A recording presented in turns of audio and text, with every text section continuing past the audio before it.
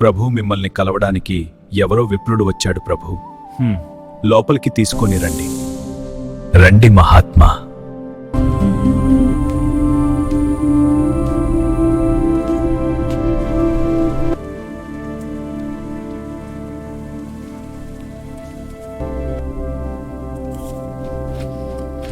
నేను విదర్భ దేశవాసిని.